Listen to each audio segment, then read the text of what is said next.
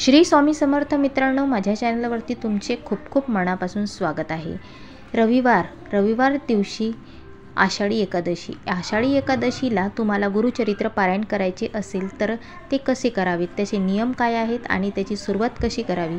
गुरुचरित्र एक दिवस पारायण वाचण्याचं असेल तर सकाळी पहाटे लवकर उठून स्नान करून पवित्र होऊन पूजेची तयारी करावी।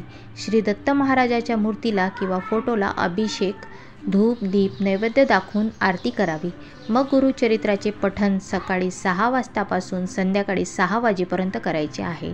दुपारी 12 ते 12:30 या वेळेत भिक्षाविधी असल्याने पठण थांबवावे। नैवेद्य दाखवून झाल्यावर दिगंबरा दिगंबरा श्रीपाद वल्लभ दिगंबरा असा जप करायचा आहे। तर पारायण कसे करावे, पारायण करताना पवित्रता नक्की पाळावी।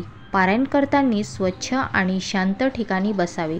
ईशान्य किंवा पूर्वेकडे तोंड करून बसावे। पूजेची तयारी करताना श्री दत्त महाराजाच्या मूर्तीची किंवा फोटोची विधिवत पूजा करावी।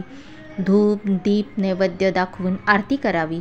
त्यानंतर पठण करताना कोणते नियम पाळावेत, तर गुरुचरित्राचे पठण करताना स्पष्ट आणि योग्य उच्चाराने करावे। वेळेचे नियोजन कसे करावे, तर वेळेचे नियोजन करताना सकाळी 6 वाजतापासून संध्याकाळी 6 वाजेपर्यंत पठण करायचे आहे। त्यानंतर दुपारी 12 ते 12:30 या वेळेत भिक्षाविधी असल्याने पठण तुम्हाला थांबवायचे आहे।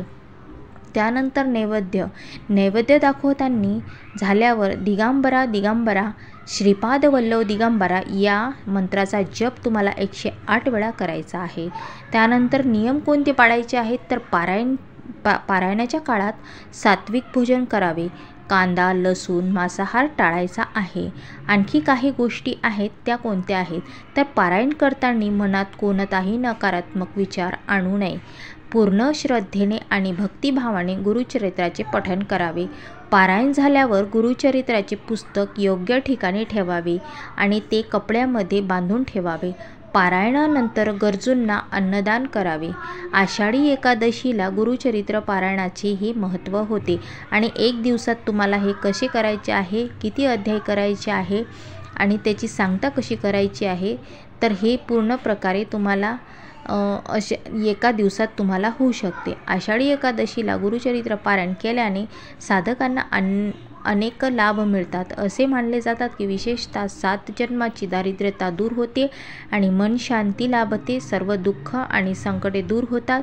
गुरुचरित्रातील ज्ञान आणि उपदेश जीवनातील उतरण्यास मदत होते। तर अशा प्रकारे या एकदिवसीय पारायणाचं महत्त्व होतं। आषाढी एकादशीला तुम्ही जर हे पारायण केले तर तुम्हाला खूप याचा लाभ होईल।